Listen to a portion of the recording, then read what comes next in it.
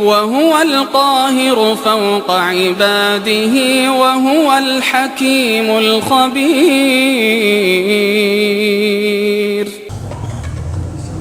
بسم الله الرحمن الرحيم.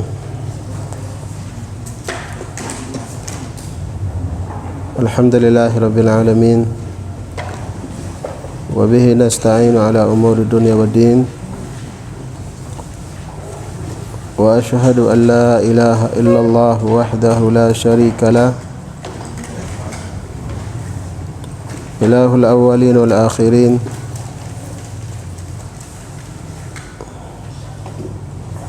وأشهد أن محمدا عبده ورسوله الصادق الأمين وعلى آله وصحبه ومن سار على نهجه إلى يوم الدين وسلم تسليما كثيرا. أما بعد. Kaum muslimin dan muslimat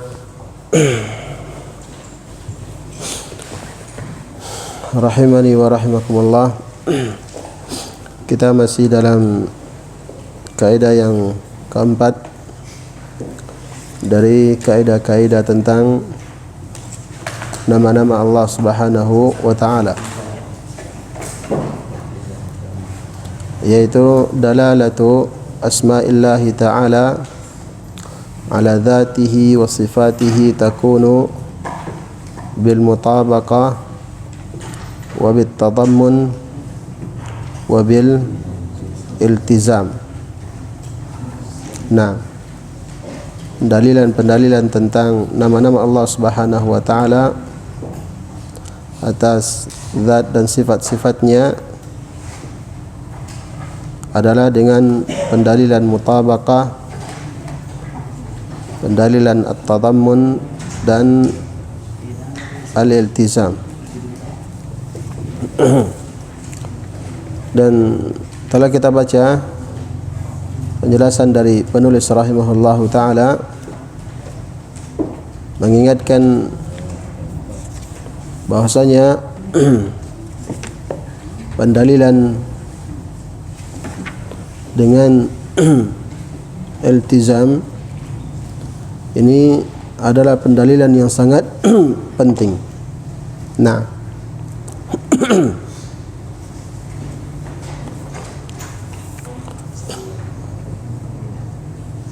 ya, pendalilan yang sangat penting dan sangat bermanfaat bagi para penuntut ilmu untuk mengambil hukum-hukum atau pelajaran-pelajaran yang terdapat pada ayat-ayat Al-Quran maupun hadis-hadis Rasulullah sallallahu alaihi wasallam.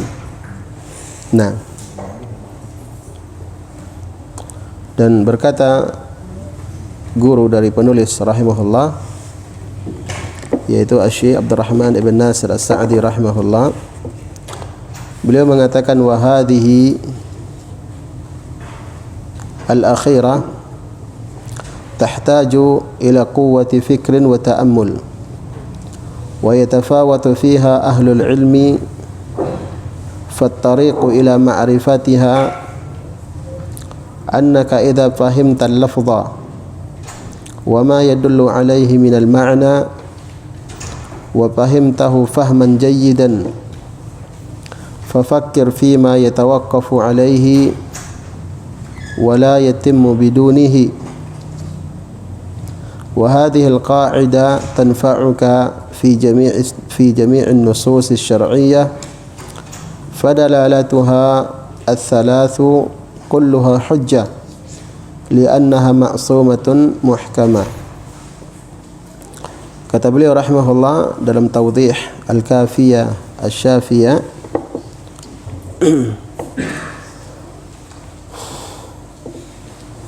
dan yang terakhir ini, yakni pendalilan yang terakhir ini, yaitu pendalilan dengan al-iltizam, tahtaju ila quwwati fikrin wa ta'ammul. Ini membutuhkan kepada pemikiran dan perhatian yang kuat. Wa yatafawatu fiha ahlul ilmi, dan para ulama di dalam hal tersebut bertingkat-tingkat. Nah, bertingkat-tingkat di dalam memahami pendalilan dengan iltizam, mengumpulkan hukum-hukum atau istinbat-istinbat dengan pendalilan yang ketiga ini, yaitu pendalilan iltizam. Fattariqu ila ma'rifatiha annaka idza fahimta al-lafdha wa ma yadullu alaihi min al-ma'na. Maka jalan untuk memahami pendalilan dengan iltizam ini adalah apabila engkau memahami lafaz, memahami suatu lafaz, wa ma yadullu alaihi minal ma'na, dan apa yang ditunjukkan oleh makna yang terkandung di dalamnya, wa fahimtahu fahman jayyidan, dan engkau memahaminya dengan pemahaman yang baik, fafakkir fima yatawaqqafu alaihi. Maka kalau sudah dipahami lafaznya dan makna yang terkandung di dalamnya dengan pemahaman yang baik, maka fikirkanlah apa yang berhenti padanya, yakni makna yang terkandung padanya, wala yatimmu bidunihi, dan apa yang tidak sempurna kecuali dengannya, apa yang tidak sempurna kecuali dengannya. Nah, artinya ini pendalilan dengan iltizam, pendalilan dengan iltizam. Ini sesuatu yang diperintahkan namun tidak sempurna di dalam wujudnya kecuali dengan perkara yang lain, maka itu keharusan. Nah, itu keharusannya. Kemudian wa hadhil qa'idah, dan kaidah ini tanfa'uka fi jami'in nusus syar'iyyah. Kaidah ini akan bermanfaat bagimu pada seluruh nas syariat. Fadalalatuha thalath kulluha hujjah, maka pendalilannya, pendalilan nusus syar'iyyah dengan tiga pendalilan ini, yaitu mutabaqah, tadammun dan iltizam, itu semuanya adalah hujjah. Li'annaha ma'sumatun muhkamah, karena semuanya itu adalah ma'sum, muhkamah, terjaga dan muhkamah. Nah, ini ucapan beliau rahimahullahu ta'ala yang menjelaskan tentang manfaat dari memahami pendalilan secara iltizam, dan berbeda-bedanya serta bertingkat-tingkatnya seseorang di dalam mewujudkan pendalilan tersebut sesuai dengan kuatnya pemahaman dan kuatnya di dalam memperhatikan makna yang terkandung di dalam lafaz tersebut, serta keharusan dari apa yang ditunjukkan oleh lafaz tersebut. Taib. Jemaah sekalian yang dimuliakan oleh Allah Subhanahu wa taala. Kemudian tentang pendalilan dengan iltizam ini, ini telah kita sebutkan atau telah kita baca contoh yang disebutkan oleh penulis rahimahullahu taala tentang hal tersebut, dan juga telah kita sebutkan di antara bentuk menerapkan pendalilan ini di dalam perkara yang lain, yaitu seperti membantah hujjah ahlul bid'ah. Membantah hujjah ahlul bid'ah sebagaimana yang telah kita sebutkan pada pertemuan yang sebelumnya, dan itu adalah pendalilan atau contoh yang juga disebutkan oleh penulis di dalam syarah. Yang disebutkan oleh beliau di dalam syarah. Maka ahlul bid'ah bisa dipatahkan hujjah mereka itu dengan dalil model yang ketiga itu. Model yang ketiga ini yaitu dalil dengan al-iltizam. Demikian pula bantahan kepada orang-orang yang mengingkari sifat istiwa bagi Allah Subhanahu wa taala. Mengingkari sifat istiwa bagi Allah Subhanahu wa taala, bahwa Allah Subhanahu wa taala memiliki sifat istiwa. Istiwa di atas arsy. Sebagian ahlul bid'ah mengatakan itu bukan istiwa, tapi itu adalah istaula. Mereka tahrif. mereka tahrif, mereka palingkan lafaz istiwa menjadi istaula. Ini tahrif lafzi namanya. Nah, mereka palingkan lafaznya, mereka tambah hurufnya, istaula menjadi apa, istawa atau istiwa. Mereka katakan ya apa namanya, istaula. Nah, istaula. Ya, mereka tambahkan huruf lam. Nah,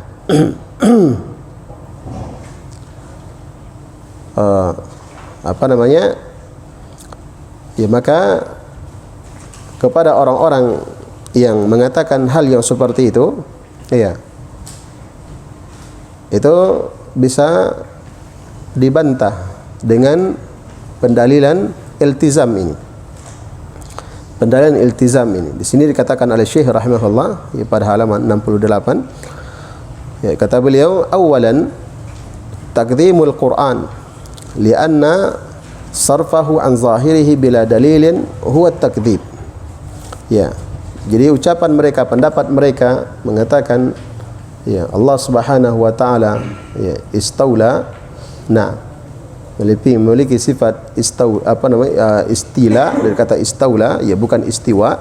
Ya, istiwa artinya tinggi, ya di atas arsy. Kalau istaula artinya apa? Menguasai. Nah, jadi sifat istiwa mereka ganti dengan istaula. Ya, maka dikatakan kepada mereka ya sebagai lazim, keharusan dari pendapat mereka tersebut. Nah, kalau kalian mengatakan seperti itu, maka ini mengharuskan ya kalian mendustakan Al-Qur'an. Mendustakan Al-Qur'an. Kenapa? Karena kalian telah memalingkannya dari zahirnya tanpa dalil. Memalingkan dari zahirnya tanpa dalil. Maka ini adalah merupakan takdzib, pendustaan terhadap Al-Qur'an. Al-Quran mengatakan ya istawa ar-Rahmanu 'alal arsy istawa, ya thumma istawa 'alal arsy. Nah, bukan istaula. Maka ketika kalian mengatakan istaula, ini artinya nah keharusan dari ucapan dan pendapat kalian tersebut itu kalian mendustakan Al-Quran, memalingkannya dari zahir Al-Quran tanpa ada dalil yang menunjukkan tentang hal tersebut. Ini yang pertama, keharusan yang pertama. Keharusan yang kedua kata beliau, ayyakuna al-arsyu qabla an yastawi alaihi Allahu na'am azza wa jalla li ghairihi. Keharusan yang kedua, nah jika apa namanya ya, kalian mengatakan ya Allah Subhanahu wa taala istaula, menguasai arsy, ya bukan istiwa di atas arsy, bukan tinggi di atas arsy. Nah, maka keharusan yang kedua, nah bahwasanya arsy itu ya sebelum dikuasai oleh Allah Subhanahu wa taala berarti dikuasai oleh selain Allah Subhanahu wa taala. Iya atau tidak? Iya. Jadi kalau dikatakan, diartikan ya Allah Subhanahu wa taala menguasai, ya berarti sebelum dikuasai oleh berarti dikuasai oleh yang lain. Kan begitu. Nah, itu keharusan namanya.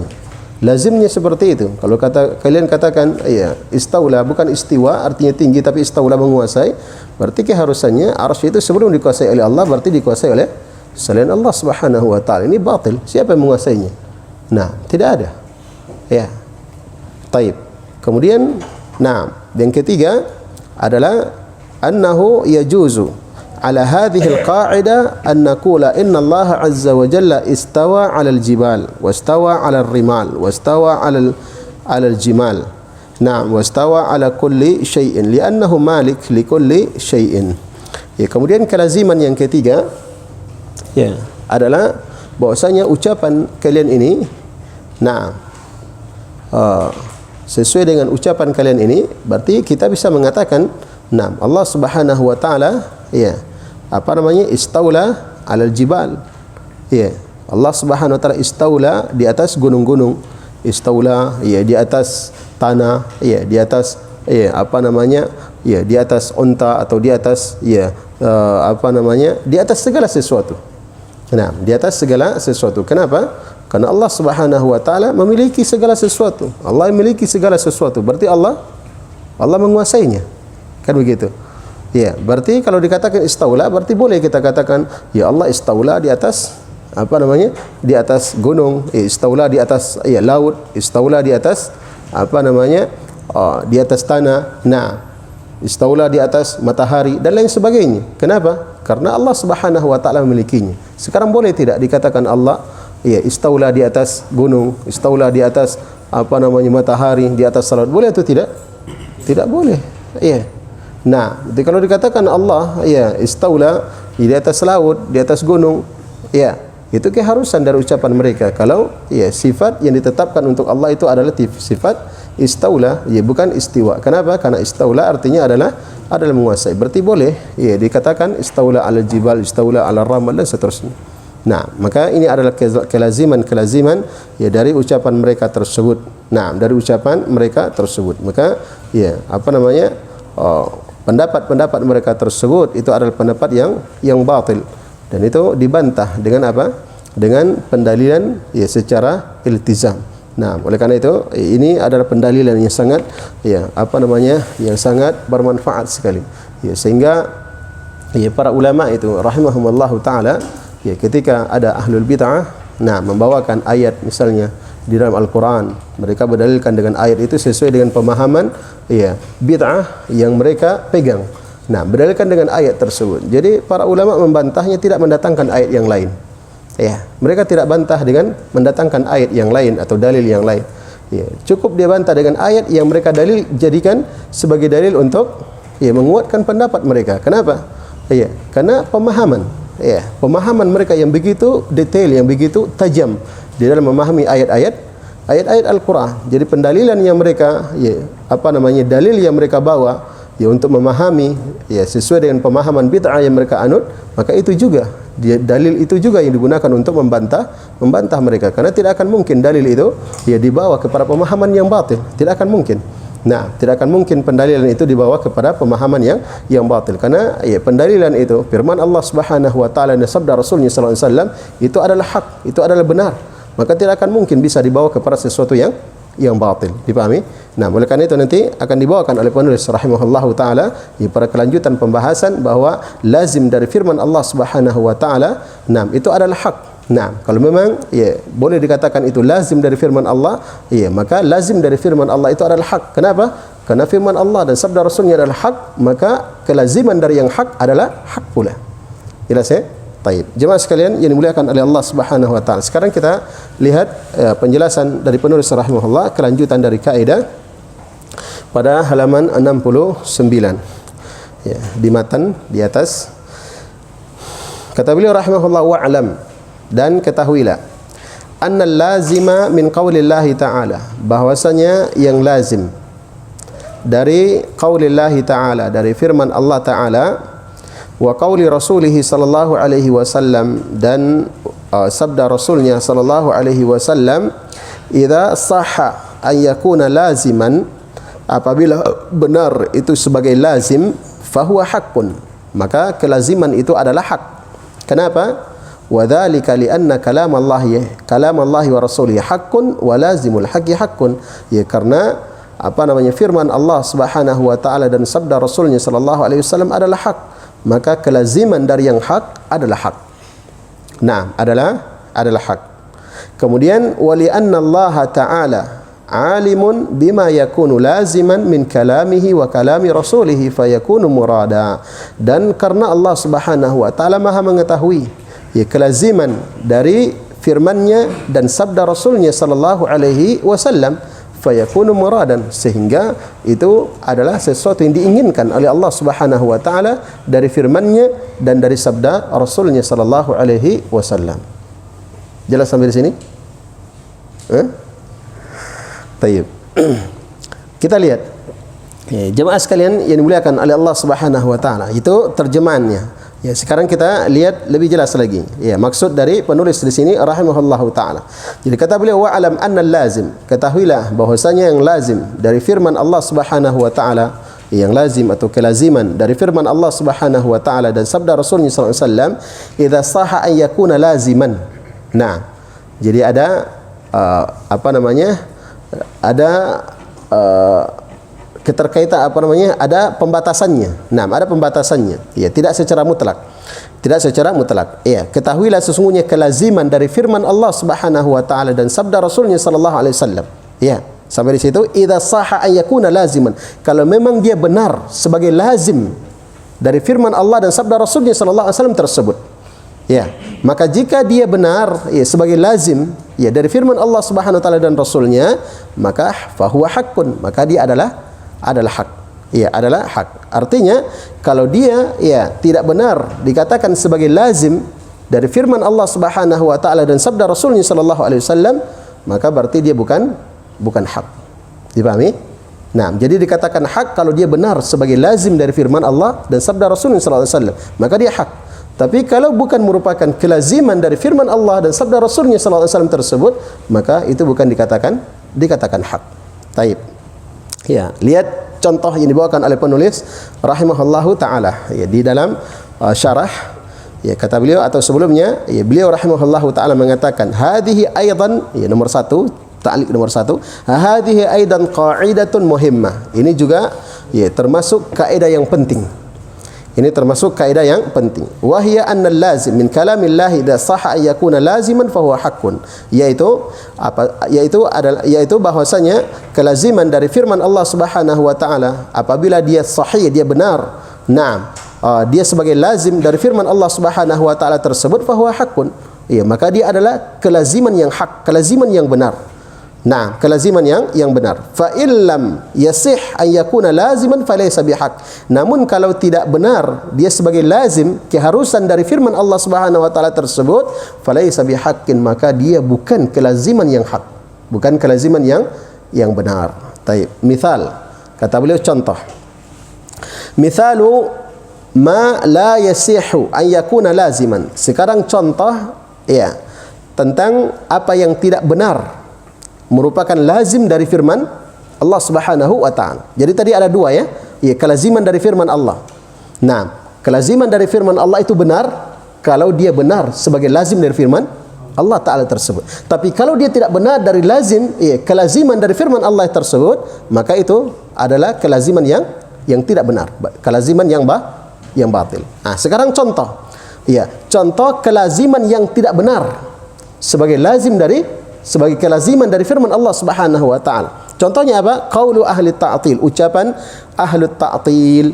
Nah, ucapan ahli ta'til yaitu orang-orang yang menolak sifat-sifat Allah Subhanahu wa taala. Orang-orang yang menolak sifat-sifat Allah Subhanahu wa taala.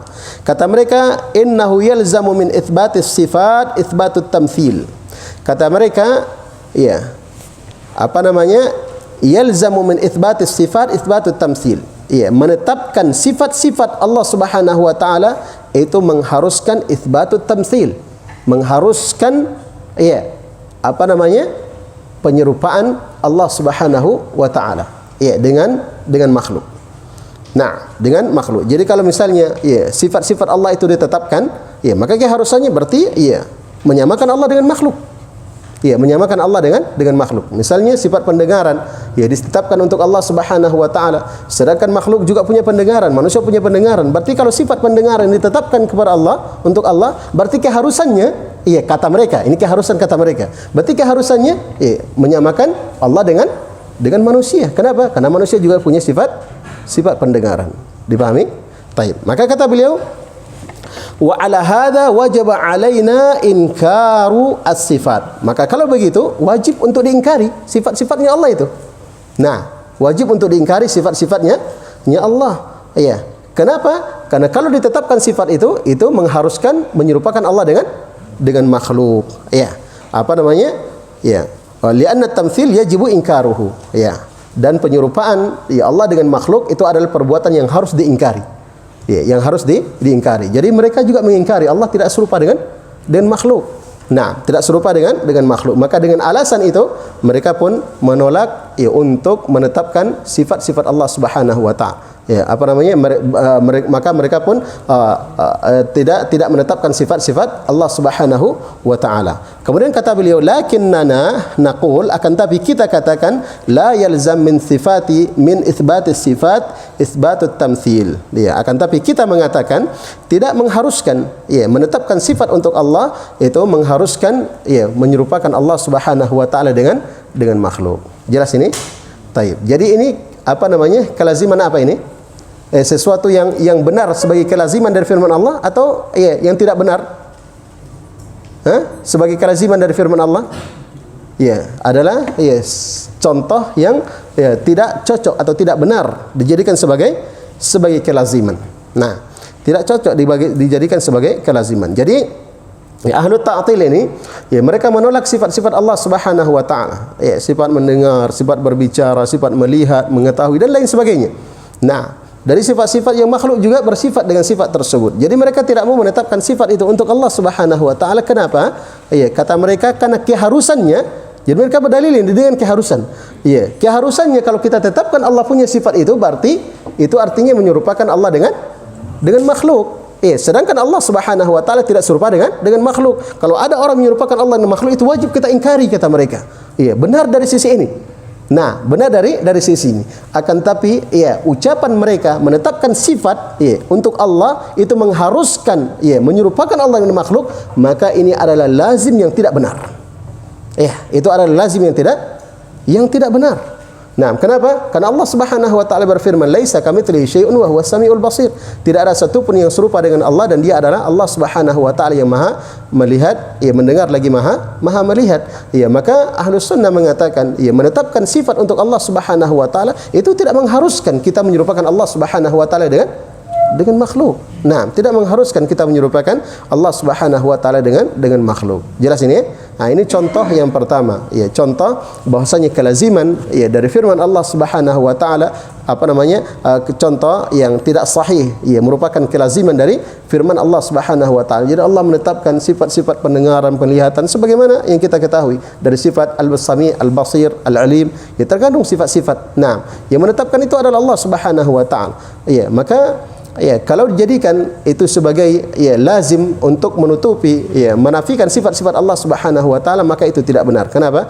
Karena itu tidak benar dijadikan sebagai kelaziman dari firman Allah Subhanahu wa taala. Kemudian contoh yang kedua, mithalun akhar, contoh yang kedua, qauluhum aidan, ucapan mereka juga, ucapan ahlul ta'til, idza athbatta anna Allah yatakallamu mata syaa lazima min dzalika an yakuna Allahu hadithan. Apabila kamu menetapkan Allah Subhanahu wa taala yatakallam, berbicara mata syaa, kapan Allah Subhanahu wa taala kehendaki. Lazima min dzalika an yakuna Allahu hadithan. Maka itu mengharuskan Allah Subhanahu wa taala itu hadis. Nah, mengharuskan Allah Subhanahu wa taala itu hadis. Apa artinya hadis? Baru.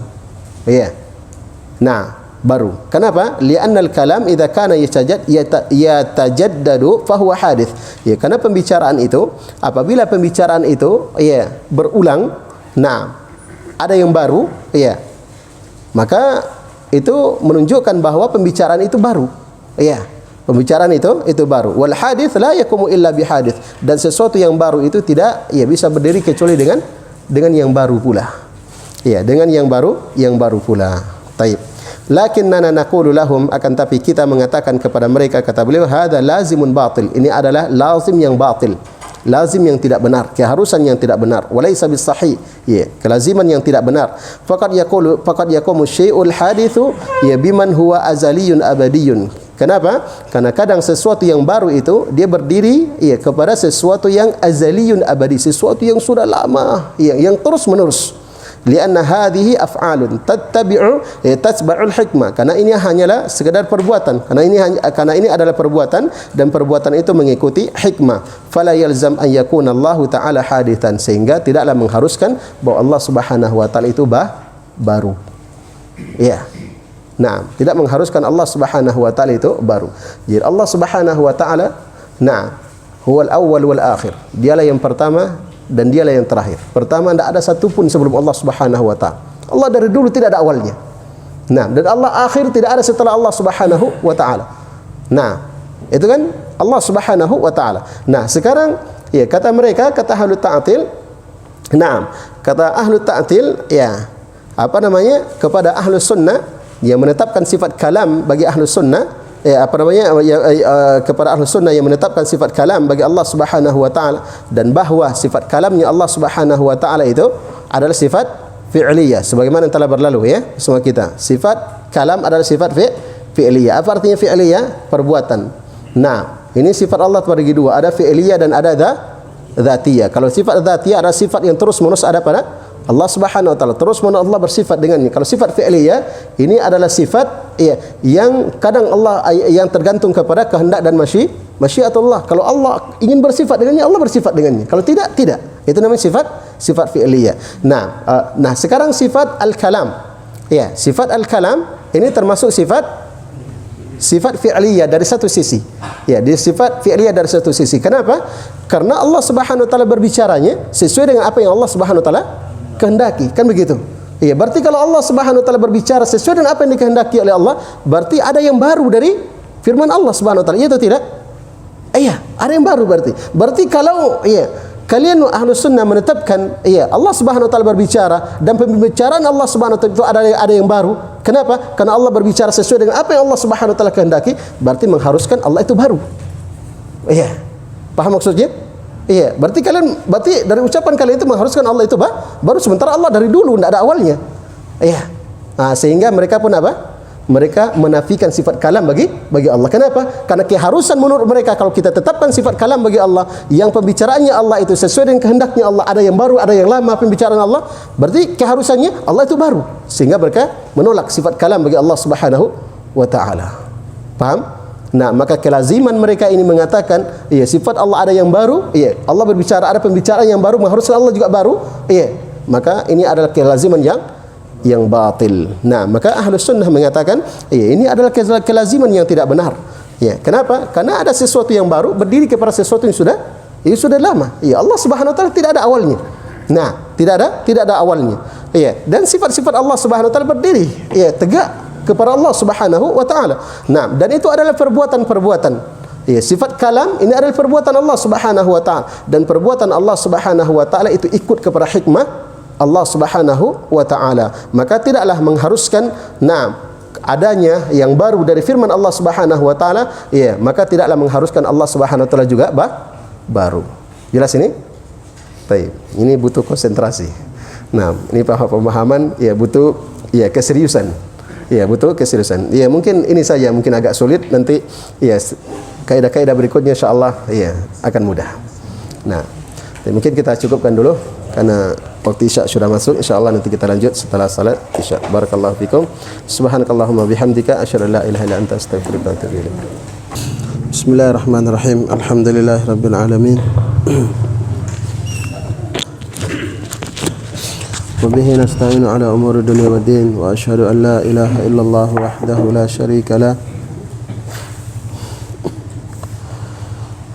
wa asyhadu anna Muhammadan 'abduhu wa rasuluh sallallahu alaihi wa ala alihi wa sahbihi wa man sara ala nahjihi ila yaumiddin wa sallama tasliman katsira, amma ba'd.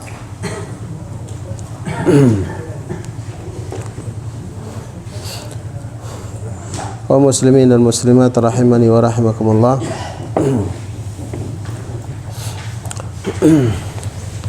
Kita lanjutkan masih dalam pembahasan seputar kaidah yang keempat, yaitu tentang lazim dari firman Allah Subhanahu wa taala dan sabda Rasulnya sallallahu alaihi wasallam. Nah, maka kelaziman dari firman Allah Subhanahu wa taala dan sabda Rasulnya sallallahu alaihi wasallam, jika benar itu sebagai lazim dari firman Allah dan sabda Rasulnya sallallahu alaihi wasallam tersebut, maka kelazimannya itu adalah hak. Namun kalau tidak benar sebagai kelaziman dari firman Allah Subhanahu wa taala dan Rasulnya, maka itu bukanlah kelaziman yang hak. Nah, tadi telah disebutkan dua contoh oleh penulis rahimahullah dari kelaziman yang tidak benar sebagai kelaziman dari firman Allah Subhanahu wa taala dan sabda Rasulnya sallallahu alaihi wasallam. Baik.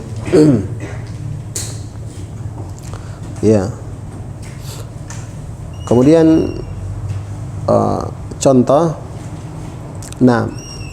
kelaziman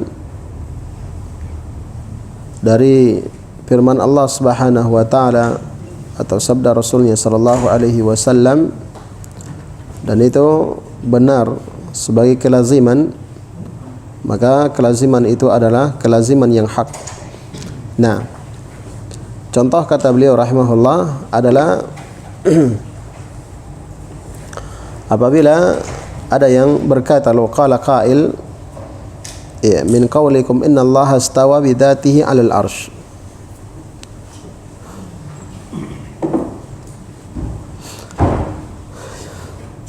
Ya, ketika apa namanya? Ya, Allah Subhanahu wa taala memiliki sifat istiwa.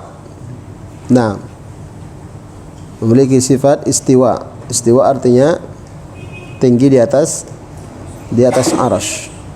Nah, di atas arsy.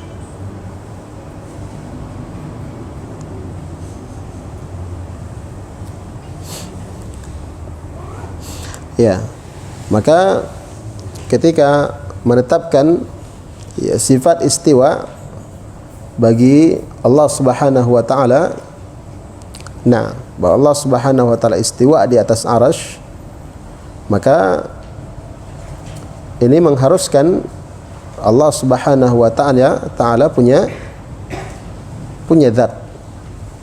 Nah, ini mengharuskan Allah Subhanahu wa taala punya zat.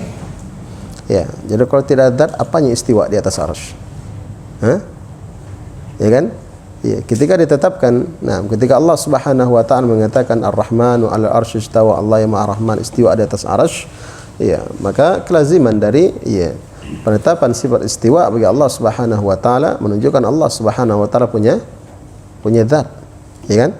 Nah, punya zat. Ya, maka ini adalah kelaziman yang hak, kelaziman yang benar. Nah, maka boleh ya untuk menetapkan Allah Subhanahu wa taala punya zat, akan tetapi tentunya tidak sama dengan zat yang lainnya. Laisa kamitslihi syai'un wa huwas samiul basir. Jelas ya? Nah, laisa kamitslihi syai'un wa huwas samiul basir. Nah, ini contoh ya kelaziman dari firman Allah Subhanahu wa taala. Nah, adalah hak, benar jika ya hal tersebut benar sebagai kelaziman dari firman Allah Subhanahu wa taala atau sabda Rasulnya sallallahu alaihi wasallam. Baik. Jemaah sekalian yang dimuliakan oleh Allah Subhanahu wa taala. Nah, ya maka ini kelaziman dari firman Allah Subhanahu wa taala dan sabda Rasulnya ya sallallahu alaihi wasallam. Jadi kalau ya apa namanya benar sebagai kelaziman dari firman Allah Subhanahu wa taala, maka itu adalah kelaziman yang hak. Nah, kelaziman yang hak. Kenapa dikatakan ya kelaziman yang hak? Nah, dari kelaziman firman Allah Subhanahu wa taala dan sabda Rasulullah sallallahu alaihi wasallam tersebut. Kenapa dikatakan hak? Ya, kalau memang itu sebagai kelazimannya, ya kata beliau, ya dikatakan hak karena dua perkara. Yang pertama, ya kata beliau rahimahullah, wa dzalika li anna kalam Allah wa rasulihi haqqun wa lazimul haqqi haqqun. Ya, karena firman Allah Subhanahu wa taala dan sabda Rasulnya sallallahu alaihi wasallam adalah hak, maka kelaziman dari hak adalah hak. Ini yang pertama. Nah, ini yang pertama. Mengapa kita katakan kelaziman dari firman Allah dan sabda Rasulnya adalah hak? Kalau memang itu ya benar sebagai kelazimannya. Nah, karena ya kelaziman dari yang hak itu adalah hak. Kemudian yang kedua, ya kata beliau rahimahullahu taala, wa li anna Allah taala alimun bima yakunu laziman min kalamihi wa kalami rasulih fayakunu muradan. Ya, sebab yang kedua, ya Allah Subhanahu wa taala Maha mengetahui ya apa yang terjadi, apa yang terkandung atau apa yang diharuskan. Nah, dari firman Allah Subhanahu wa taala dan sabda Rasulnya sallallahu alaihi wasallam. Ya, apa keharusan darinya Allah Subhanahu wa taala Maha mengetahuinya. Nah, maka kalau begitu, keharusannya itu adalah sesuatu yang diinginkan oleh Allah Subhanahu wa taala.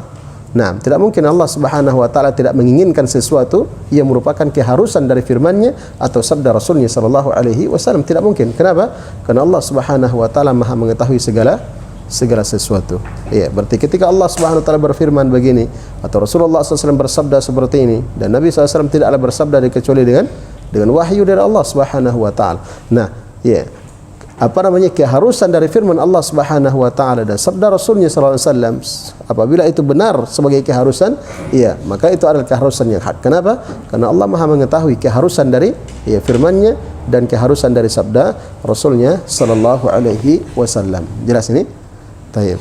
Jemaah sekalian yang dimuliakan oleh Allah Subhanahu wa taala. Maka ini pendalilan tentang lawazim. ya, pendalilan tentang lawazim. Ya, sekali lagi ini adalah pendalilan yang sangat bermanfaat sekali, sangat berfaedah sekali. Ya, apabila seseorang memahami tentang kelaziman model pendalilan dengan lawazim ini. Nah, akan tetapi tentunya pemahaman tentang metode pendalilan secara lawazim itu tentunya telah memahami dua pendalilan sebelumnya. Yang pertama adalah secara mutabaqah, yaitu makna dari kalimat tersebut, arti dari kata itu sendiri, kemudian yang kedua secara tadammun, yaitu semua yang termasuk dari kandungan makna yang terkandung di dalamnya. Kemudian setelah itu baru bisa memetik pendalilan dengan iltizam. Nah, memetik pendalilan dengan iltizam. Mungkin kita cukupkan dulu. Nanti lawazim dari ucapan manusia, ini nanti akan datang pada pembahasan berikutnya. Sedikit-sedikit saja. Barakallahu fikum. Subhanakallahumma bihamdika asyhadu an la ilaha illa anta astaghfiruka wa atubu ilaik.